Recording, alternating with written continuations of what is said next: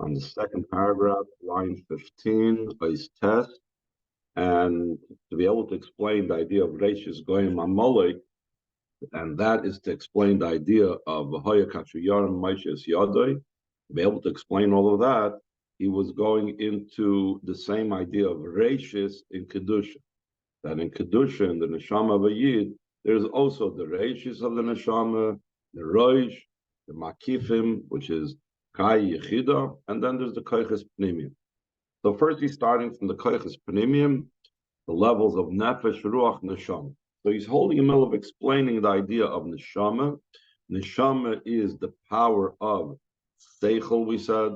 And this power of Seichel is Mizboinen first, Minakal Lakovid, from simpler ideas to more difficult and involved ideas. So it goes from thinking about the Malakal Almin, and then going to speak about Soiviv Kalam, and then to the level of Kula Kameh Kalach Shiv, that's higher than Soiviv Malik, where everything is considered insignificant. And and he explains how he goes into thinking into all of that and so on, how he goes higher and higher. And this is all in a way that he has it well understood. It's clear, it's understandable, it's explainable. The word hasbara he uses over here, and that's why Bina is called Ponim Masbiros, like a face that explains. It's something that gives understanding. Fine. Now, in explaining this idea about Bina, and especially the idea of Ponim Masbiros, he wants to explain about the different aspects of Bina, and explain that here we're only talking about the aspect of Bina, which is about understanding and clarification and so on. And he's going to give also an example from Chachma, that there's the Chachma that's beyond revelation, and there's the Chachma that's idea of revelation. So let's see line 15. Well, and to note, Bina, he parts of Shol, and Bina is considered a complete form, a complete level that has in it many different facets, and has levels that are about explaining to others, and has levels about understanding itself, and has levels about where it's receiving from Chachma. And until there's like the Sha'ar Chamishim of Bina, the most highest and loftiest level of Bina. But over here, in this subject, in this topic, in this mimer, what's being explained is Shebina in Yana Havana Vasagi, that Bina's idea is understanding and comprehension. Concerning this, he explains in the mimer, Shebina Yesh Omnam Kamen Yonim. True. In Bina, there are many aspects to it. Vadra, and even more so in Yonim Shem Lamayla L'choyrim upon Masbiris. They are higher than this description we had for Bina, an explaining facet, an explaining face. Inyan Hasbara. There's aspects of Bina that are higher than the idea of explanation. So the Rebbe is going to categorize what does it mean when we use the word Ponim Masbiris. What's the idea of Hasbara? Explaining. So he says, the essence of the idea of the explanation of seichel means pirushay. This means that one explains the idea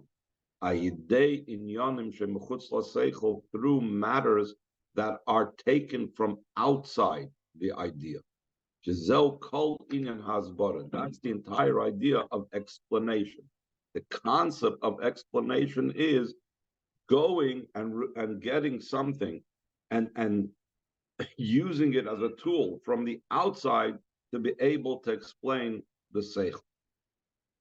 So mizeh, and from using outside tools, outside examples, analogies, etc., then mizeh yochel v'tzarich lavi la'seichel atzmai. From the hasbara, which is like the most external part of the idea, he has to come eventually to, and he must.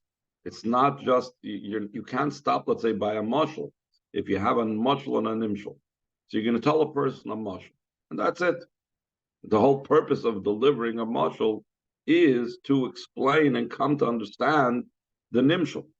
Of course, it doesn't mean that the teacher always has to say the nimshal. He could say the mashal, he could say the analogy, the example, and hope and expect that the student should grasp on their own dimension. But the point is, whoever is studying the topic and using the tools of Asbara, and he's using to be able to understand an idea, he's using a mashal, they can't stop by the mashal and say, okay, I got the mashal, and not go further. Just to give perhaps two examples. There is the Sefer Mishlei Shloimeh. There's the Mishalim of Shloimeh HaMelech. Shloimeh spoke 3,000. Mishalim we know. The point is not to take Mishlei Shloimeh, to learn the Mishalim over there, and not have any idea what he's referring to. For example, Eishes Chayla Teres Baila is not it's not meant to sing the praises of a woman. It's a mashal for something else. It's either a mashal for Torah, it's a mashal for the Jewish people, it's a mashal for Shabbos, it's a mashal for whatever the mashal is. But just to say, Eishes Chayil, it's talking about a wife. No, it's not talking about a wife. It's talking about certain things that we can understand in Torah, in Kedusha, in our relationship with Hashem, from the way a wife relates to her husband. So if a person just stops by the mashal, then they haven't gained anything. Same thing, just to bring from the world, there's like Reb Nachman's Mishalim. A lot of stories, beautiful stories. I think it's 7 stories that are intricate and involved, and about a king and a princess and his daughter. But the Nachman is not out to tell us, quote unquote, fairy tales, chas v'sholom. There's a lesson hidden there. And if we just stop by the story and say it's a beautiful story, wow, now let's go on to the next story, the whole purpose is lost. So that's what the Rebbe says. The Hasbara, using things from outside, is not only you can come from it to the idea, but you must. It's a stepping stone, or else you haven't really gotten anywhere. Then, once we get to the idea of that the Hasbara is trying to explain, so it goes on line 23. Afterwards, he has to come to the summary of the idea. Once he has the idea, he has to come to its core. And till the point of the summary of it. In other words, you need to drill down and try to figure out, so what is the main point over here? What is the essence over here of what's going on? All these things higher than Hasbara, the idea itself, till you get to the point, that's the summary of it all. Seemingly, it's the essence of the idea of Bina. Why? What differentiates it from Hasbara, that you're calling these things, you're calling the essence of Bina? And the Hasbara, the explanation, you're calling not the essence of Bina? So he says,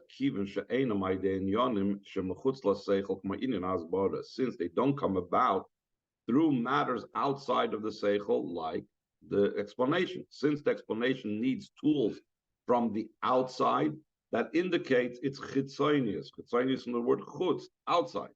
It's an outside thing. It's not internal. It's not of the essence.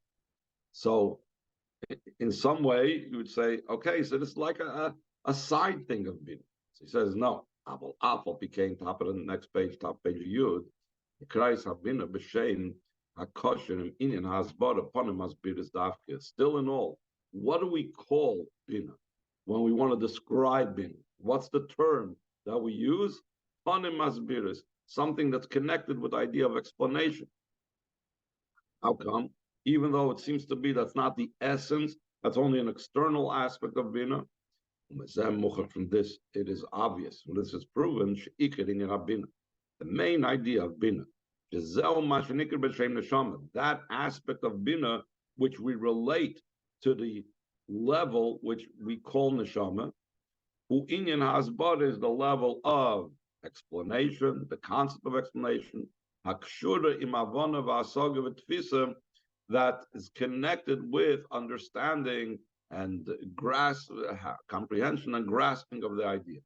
So even though Bina has many, many higher levels, but the level that we are concerned about, the level that is identified as Neshama, is specifically the level of Bina that might be considered external, that is about explaining and bringing outside things in and so on.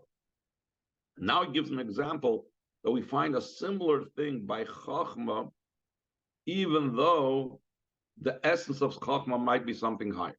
So just like Bina is called Panim Masbiros, and the word Hasbar explanation that has to do with outside. And you might therefore say this is not the essence of Bina because the essence of Bina is higher than that, yet still in all, this is what Bina is about. And that is the level of Neshama. In a similar vein, we find that Chachma has like a descriptive term similar to Panim Masbiros Babina, even though there's so many higher levels of Chachma. Let's see it inside line 5. Just like in the idea of Chachma, that it's called a shining countenance, a shining face. Bina's panim masbiris, an explaining face. Chachma is a shining, an illuminating face. Light is called day, like it says. Hashem said in Chumash Bereshis, "Vayikra Lakim Lo'er Yom." Hashem called the light day. So that is what light is about. Day. What's the idea of day? In Agilu is the idea of revelation. So when we say that Chachma is called Panim Me'iros, since Oir has to do with day, which is revelation, so therefore Chachma in that description of Panim Me'iros must be about revelation. Yet there's so many aspects of Chachma that are not about revelation. Line 7, even though there's also the idea of Chachma, the way it's higher than revelation, higher than the level of Chachma than the way it comes in the way of light and revelation. How do you know? What makes you say that there's a level of light and there's a level of Chachma that's higher than light and revelation? We know every revelation is connected with a vessel. Just like when we say that there is the fire of a candle. For a fire to be able to illuminate and act as a candle to illuminate the room, you need to have the keli of that contains and anchors the fire. You need to have the wick, you need to have the oil, you need to have the container that holds the oil, etc., etc. So without the keli, the fire cannot act as an illumination. So the same thing, every oil, every illumination must be processed through and contained and channeled through a keli. Now we know the ilu chachma tzadatzma and yono oivlikli. Chachma on its own, in its pristine state, is a level of light without vessel. That's why even in the revelation of Chachma, it's just like a flash, and if you don't immediately grab it, it dissipates. Why? Because it's just like a lightning bolt, and it doesn't have a keli that holds it down. So he says, so Chachma itself is oir without kli. Yet there's the idea of panim me'iros, which shows on revelation, which shows that there is kli. So obviously, there are different aspects of Chachma over here. There's Chachma that's beyond kli and cannot be called me'iros, and there's the level of Chachma which has to do with revelation. Close, but the general idea behind this is in the spheres, Chachma is called a shining face. And Bina is called an explaining face, like we mentioned these two terms before. Because when you compare Chachma to Bina, so then Chachma in general, not going to different facets of Chachma. In general, Chachma is like a light without a keli. That's why Chachma is called an illuminating face from the word oir, that is shikamoy oir. 1 second, al shem inyan oir, because it's a level of light. So that's panim me'iros. Mash'enkim bina nikras panim masbiros, as opposed to bina is called an explaining light, because of the explanation through something that's outside of it. Similar to the vessel that's outside of the light. So again, let's sum it up in case we got a few things over here mixed up. So we have levels in Chachma that's beyond even revelation. And that is because the Chachma is the level of Oyer without a Kli. Now, this Oyer without a Kli is already called the level of Me'iris. Bina is already explaining things through other things. That's similar to the Keli that's outside of the Oyer. So that's why it's called Panim Masbiris.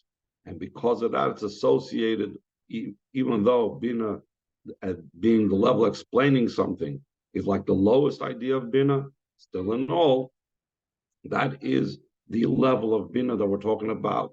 Masbiris, Panim Masbiris, and the level having to do with Neshama, the level of the Bina part of the Neshama.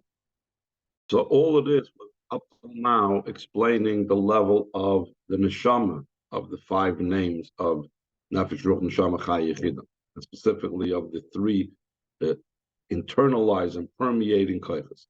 Now, when I say line 20, we're going to explain the level of Ruach. But Inyan Ruach Chubalev, and the idea of Ruach is in the heart. Because the level of Neshama that we spoke about, the level of Bina that's in the brain, the Ruach Chubalev, and the level of Ruach is in the heart. Though, as we mentioned before, every one of the Nefesh, Ruach, and Neshama contains in it all the other ones. Nefesh has in it Ruach Shebenefesh, and Neshama Shebenefesh, and Ruach has in it Nefesh Sheberuach, and Neshama Sheberuach, and Ruach Sheberuach, etc. Primarily, the level of Ruach is the emotions, and therefore, where is the seat of the emotions? In the heart.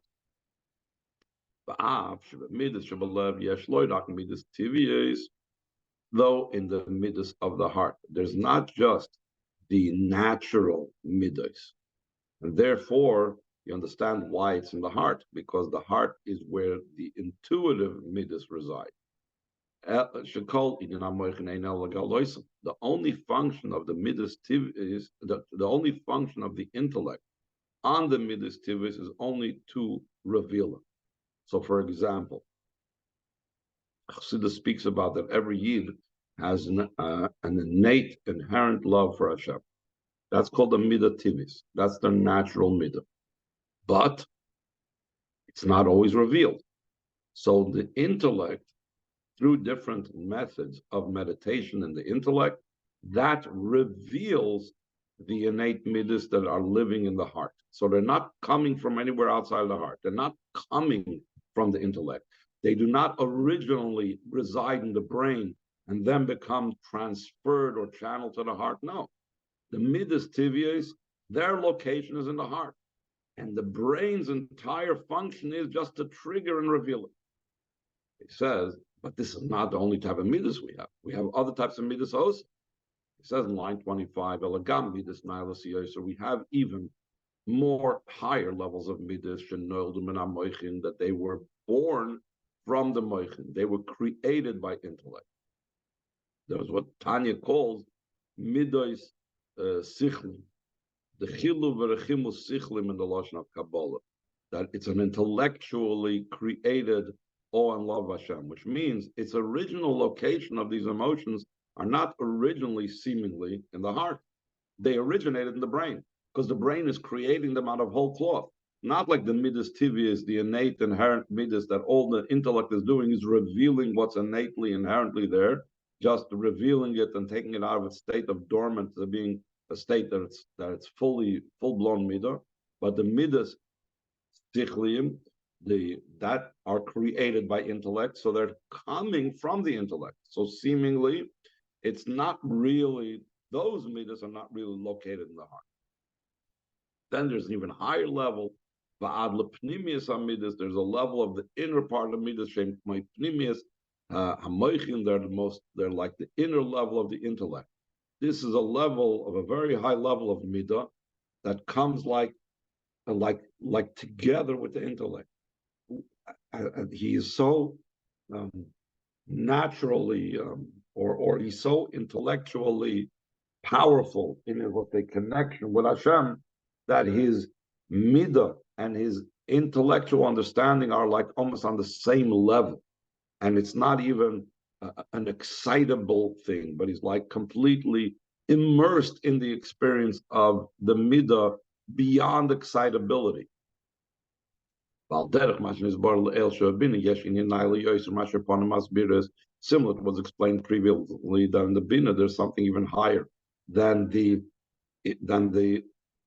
part that explains.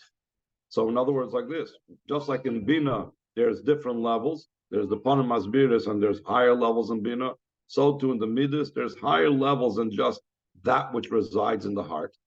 But for our intents and purposes, what we want to talk about now, mikol makom, still in all, ikir inyan haruach, the primary idea of the level of ruach, which is which resides in the heart, nikra al shem midas shebalev, top of page aleph. It's called because of the midas that are in the heart.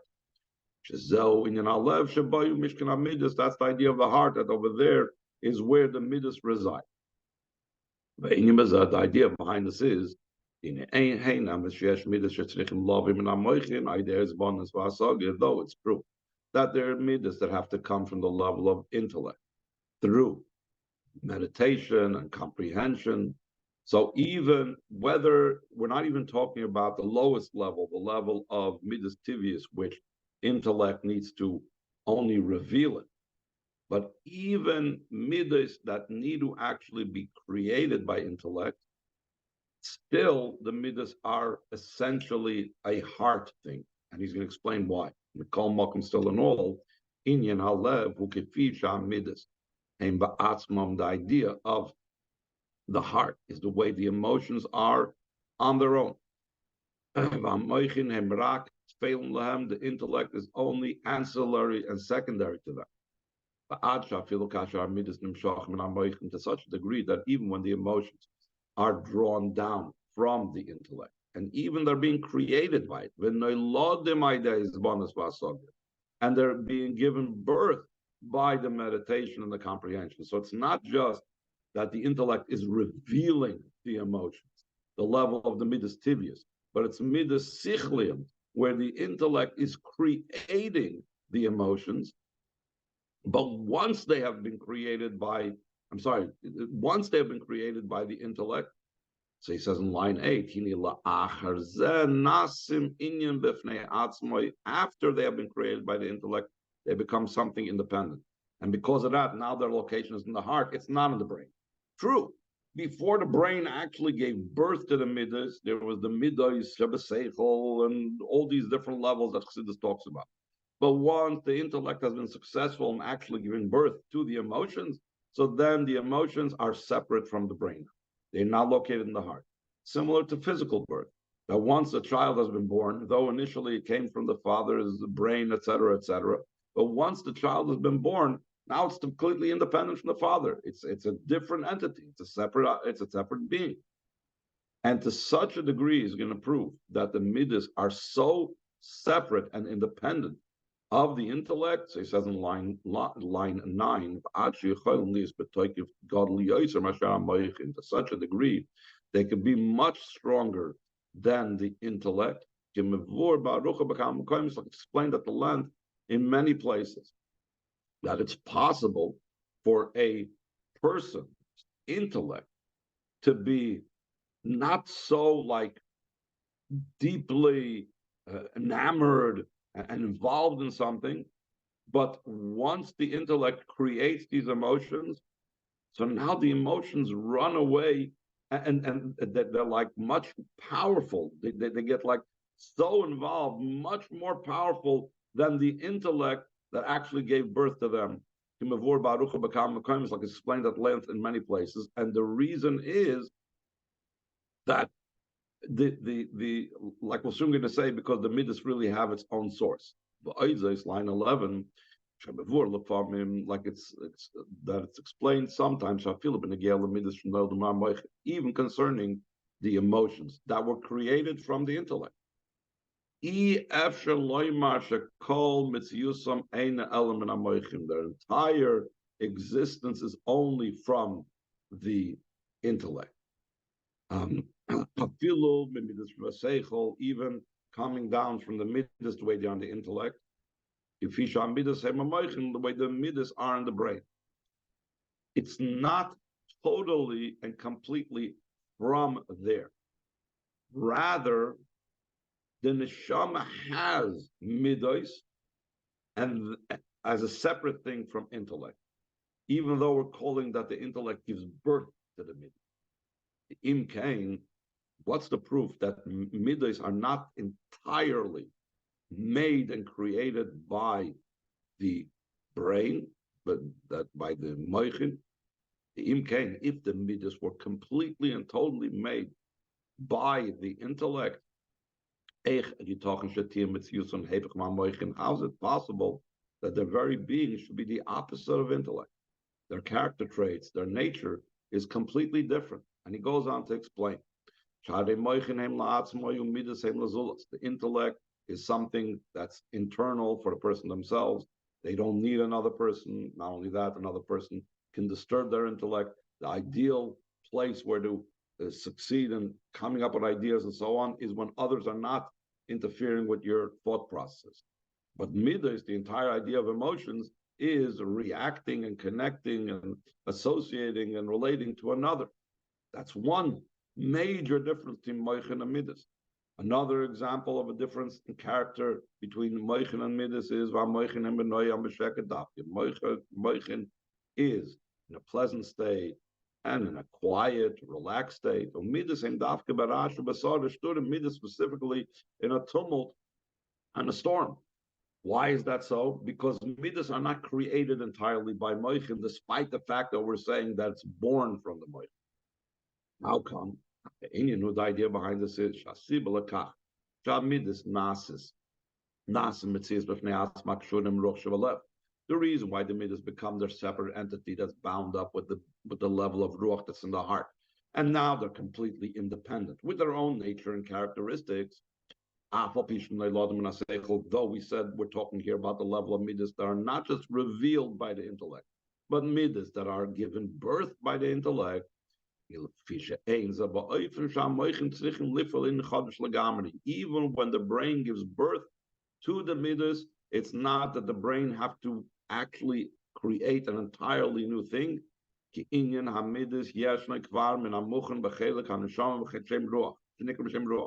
The emotions are already there, prepared and ready in the part of the neshama that we're calling ruach. But they are concealed and covered. Also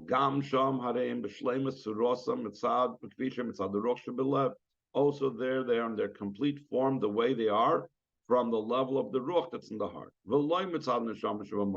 Not the way the neshama, the mayach, creates them, but already in the ruach shebelev, they have their own existence. Therefore, also the midas that are born from the brain, become in such a manner that's the opposite of the nature of the brain. That's a general idea of the ruach that's in the heart. To inyan hamidas, that's the level of the emotions. The level of the emotions reside in the level of ruach that's in the heart.